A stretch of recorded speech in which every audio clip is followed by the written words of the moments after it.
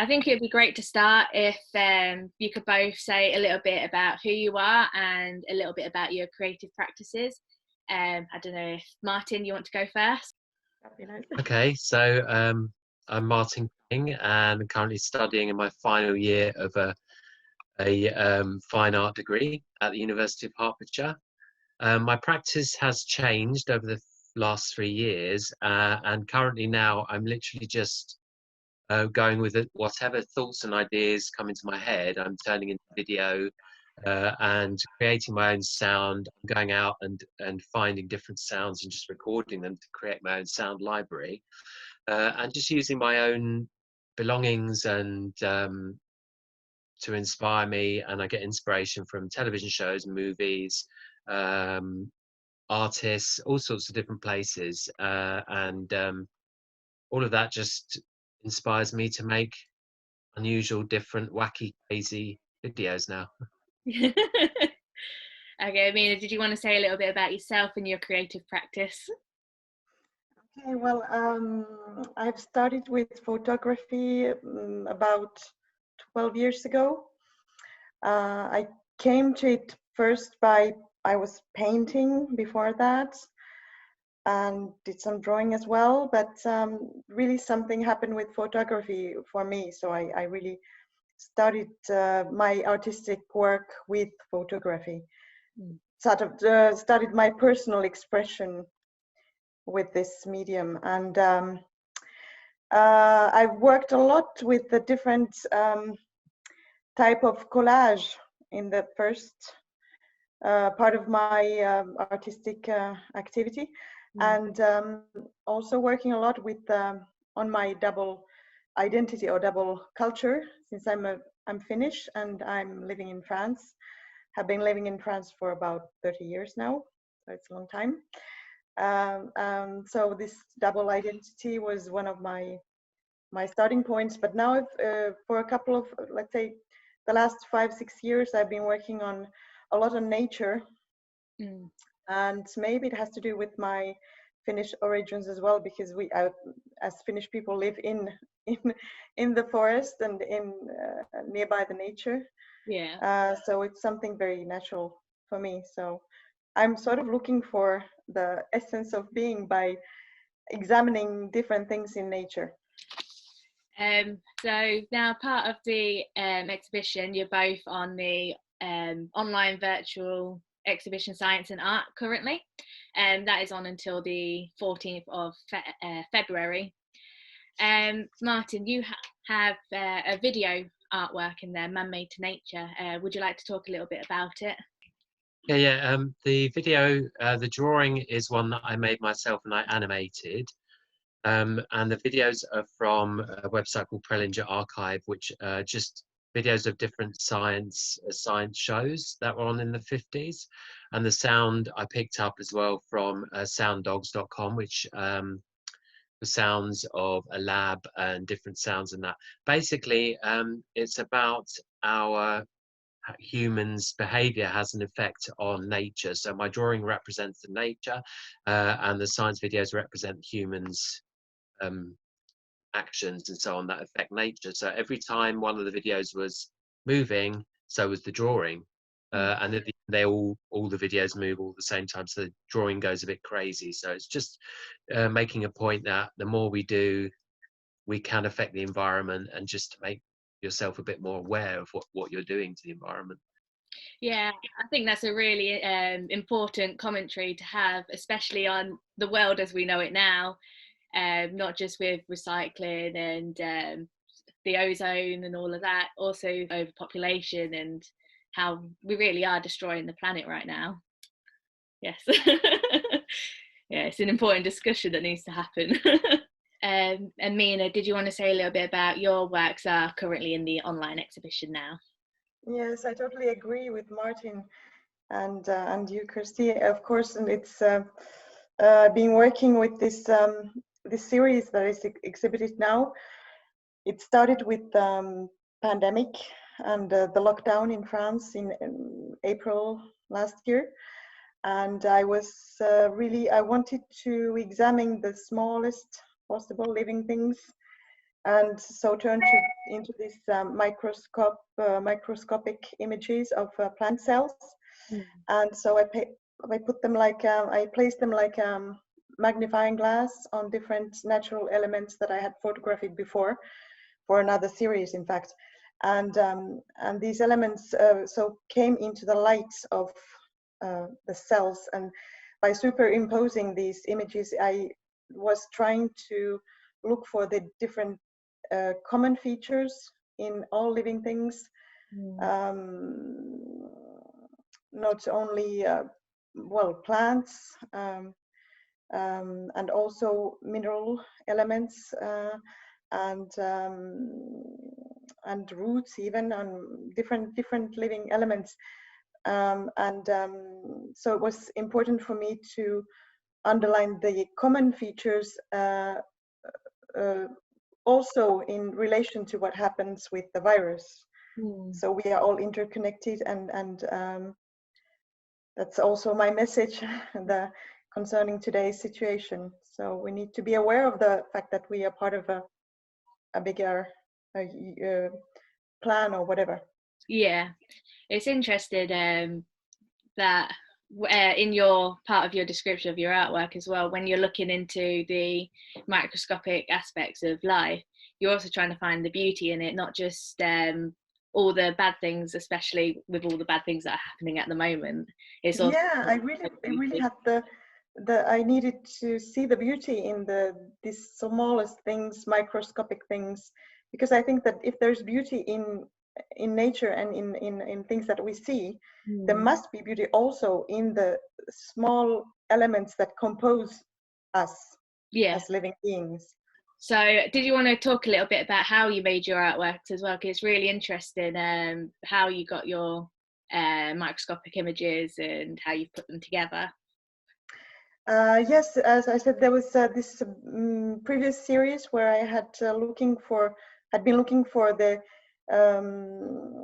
working on emptiness, which is meaningful according to a Japanese concept of ma. And these pictures where I had isolated natural elements, I combined them with this microscopic image that I got. In fact, I got it from my daughter, who was working on microscope, and she gave me this, or she sent me this image of plant cells, and I found it very interesting to superimpose it with the natural elements to show like a magnifying glass. And after that, in fact, it turned out to be something like a moon-like effect, because it makes people think about the full moon.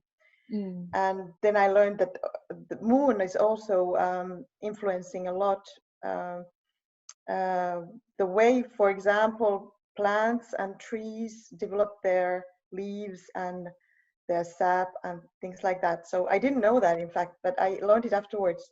And I thought, wow, it's true that everything is interconnected. It's amazing how much everything really is connected that you just don't realize. Yeah, I definitely feel so as well. That's very good. It's funny that you were talking about microscopic. I worked with microscopic things last semester or last year.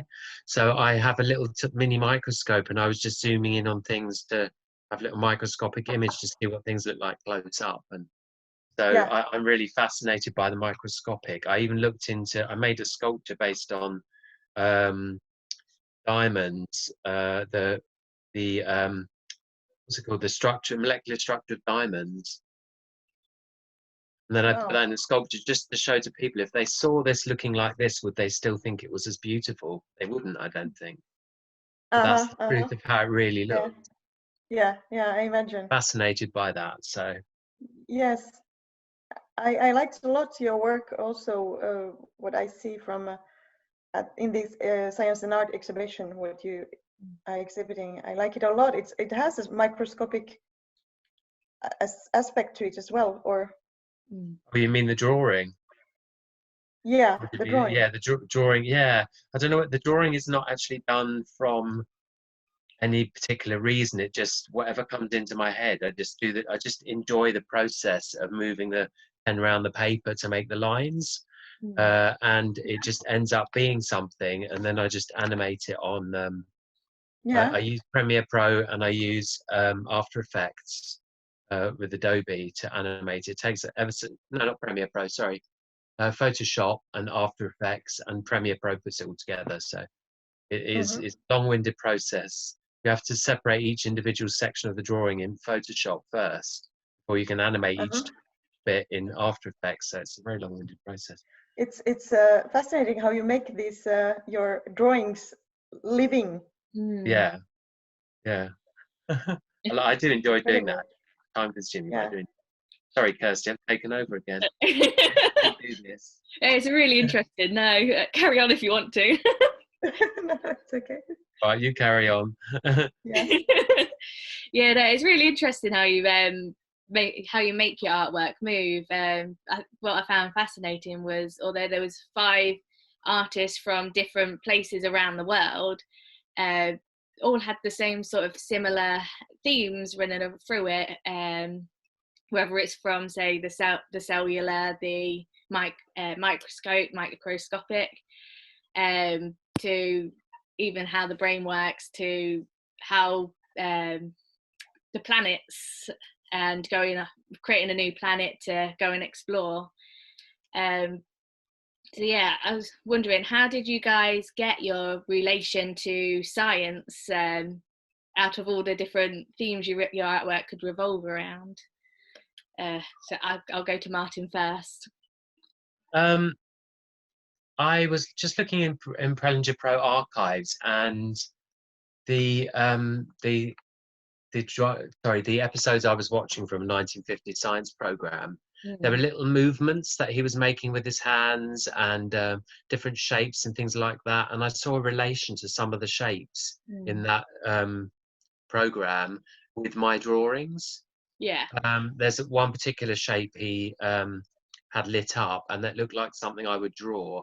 And then he actually draws a little circle in a little, I think it was on a little piece of paper, and I draw little circles. So there was a lot of comparison to my drawings to that program.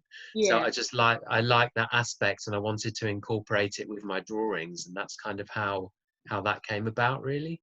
Yeah, you can see, definitely see how the video and your artwork do relate within the video. It's a really interesting combination that you've managed to do. Thank you. Minna, how did you get into the science themes? Well, I feel like a scientist when I'm doing this research on the living things. I feel like I'm looking for a very, in a meticulous way and very precise and organized way of looking for what I consider as being the essence of being. And yeah, somehow I think that's the main link to science for me. I feel like a scientist doing research.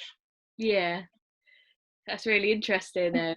It's just a profound idea of just wanting to know what the world is around us, like why it is there, how it is there, what is the point. Understanding why, how things work, and what is around us, and how we're connected, and understand and maybe hopefully act as well. Yeah, it's one of the beauties of art, is it's not just say a pretty picture, it's also a statement that we especially with science, is that we really need to understand the world, and we have to look after our world, because it is our home, and not just our home, it's home to everything that is here, and in a wider sense also how it affects with the rest of the cosmos, really.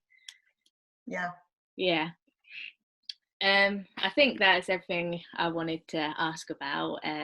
If you have any other things you want to talk about. Well, I was just going to say that my work has always been made to try and induce people to make changes to benefit the world and even their own lives. So the sounds, and particularly through sounds, try to get people to feel uncomfortable emotions that make them think, that make them question things, to try and make changes. That's always been what my work has been about. I don't know, I feel like maybe in my that science work, it may not have come across as how I wanted to, but certainly in my previous work, I do this sometimes where I set up my work in an installation room and I get people to come and tell me what they think about it. And then I'll get them to write down what they think. And at the end, I'll see all the different words. And generally, I get a lot of distressed words and thinking about change and environments and things like that. And that's a success, really, because even if I just get one person to think, oh, we should do more about the environment and question things, then that's good for the world, I feel. Yes, I agree as well. And we have sort of a powerful tool in a way in our hands, because if you convey these type of messages through your art, I think it's very important, in fact. Yes, because people need to. I think we really need to realize that we're going to have to change a lot of things. So can't keep going on like we have done. Well, so far. I think lockdown has made things like in nature a bit better for nature, because there's less cars on the road, less in some ways there's less damage.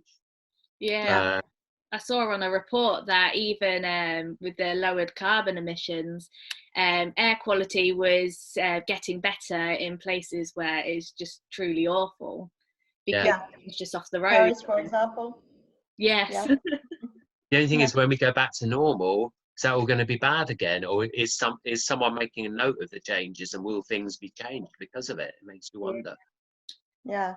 You'd like to hope that there will be changes, and this isn't a one-off, and we don't go back to, don't want to go back to the bad things that lockdown has stopped. Really, it's not possible to go back to what it was, I think. Yeah. No, probably not. No. Well, I'm wondering if it will be now, but a lot of virtual for us artists.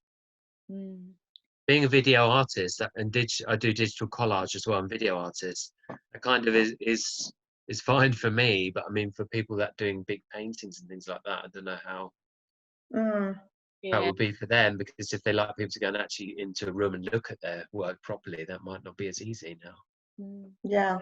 There's a lot of speculation that, especially now, is showing that galleries really can do things online, and even sales have gone up online now in a couple of reports. Even up to 45-50% are making the leap to selling artwork online rather than just in galleries in the physical space, because you just can't, no one can go out to actually buy them in a physical space. And it's also causing more honesty with what prices are, where people are actually putting the prices with the artwork rather than just putting the artwork up and doing like message me for a price type of thing. And it's interesting how everything is really going online. And I think your Tebbs gallery is right at the good moment, right doing at the forefront. A good launch moment. Yeah, it's like I'm doing it backwards, where people start with the physical gallery and then go online. I'm going online and then online first, and then do you think you will end up going into a physical gallery then, do you think? It's an interesting question. I would absolutely love to have a physical gallery. A big forefront of my art is installation work. Most of the art I make is with my hands. I have to have the tools, I have to have the space, I have to play with space and what we can see. And I mean, I've had to change quite a lot of that into two-dimensional work. So I would love to be able to play around with hanging artworks on the wall and installing, and playing around with installations and experiencing other people's artwork face to face, because on a screen you just can't, you don't get the same feelings or the same emotions. So I was going to say, actually, because there's a lot of artists I've been looking at, such as Heather Phillipson, that do big installations that require you to walk in around them, listen to the sound, and feel like the environment of it, and you just can't. It just can't be the same on the internet or online as it would be in real life. And I kind of think there'll be a terrible shame if that is lost. Yeah, it's so true. Because even artists like that I look to, like Kusama with her mirrored rooms, you Oh, don't get I love the feeling. Kasami. Yeah, I experienced last time she was in. She had one in London. I went down there and I experienced one of the very few tickets that was sold, and words cannot describe how different the feeling is when you stand there and you're literally, the ground is lost beneath you, and you come up with all these quirky things. You lose all boundaries of space. And Ivana Franklin, who was at the Savvy Contemporary in Berlin, I would have loved to have gone over there and experienced some of her soundscapes, because she had this one like tube which you went into, and you sat there and spinning around was flashing lights and bird sounds, and it was almost, and you'd close your eyes and it was almost like a movie was playing in front of your eyes, but there was no actual visuals, if that makes sense. And there's just no way that you could possibly experience that behind a screen. Not the same, is it? Thanks a lot, Kirstie. Thank you. It was nice seeing you, Martin. Nice to see you as well.